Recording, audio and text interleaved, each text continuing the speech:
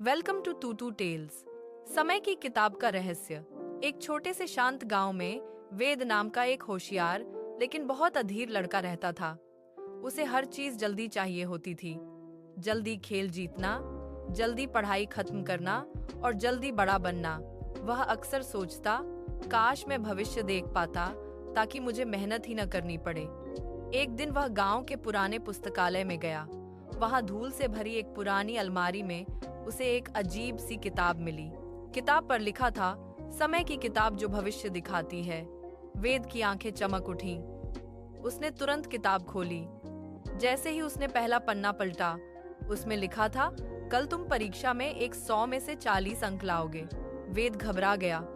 उसने सोचा कि अगर उसे पहले से पता है तो वह इसे बदल सकता है।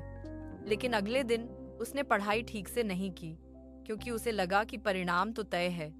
परीक्षा में सच में उसे 40 अंक ही मिले। अब वेद को यकीन हो गया कि किताब सच दिखाती है। अगले दिन उसने फिर किताब खोली। इस बार उसमें लिखा था, तुम दौड़ में हार जाओगे।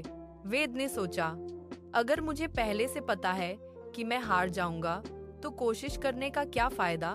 उसने दौड़ में पूरी मेहनत ही नहीं की और वह हार गया। धीरे धीरे वेद हर छोटी बड़ी बात के लिए उस किताब पर निर्भर हो गया।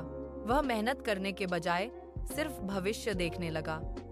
एक दिन जब उसने फिर किताब खोली तो उसमें लिखा था, अगर तुम ऐसे ही चलते रहे तो तुम अपने जीवन में कुछ भी हासिल नहीं कर पाओगे।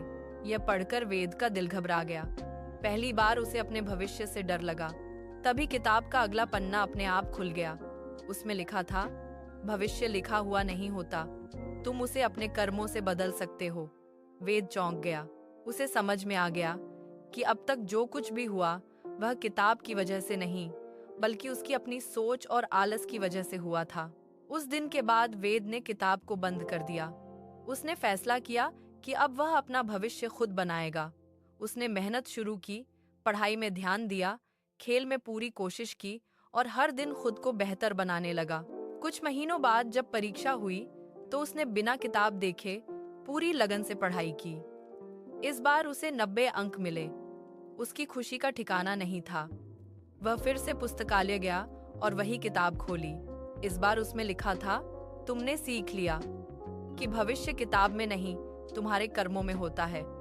वेद मुस्कुरा दिया। अब उसे समझ आ गया था कि असली जादू किसी किताब में नहीं, बल्कि उसकी मेहनत और विश्वास में है। मोरल सीख, भविष्य पहले से तय नहीं होता। हमारी मेहनत, सोच और फैसले ही हमारा कल बनाते हैं।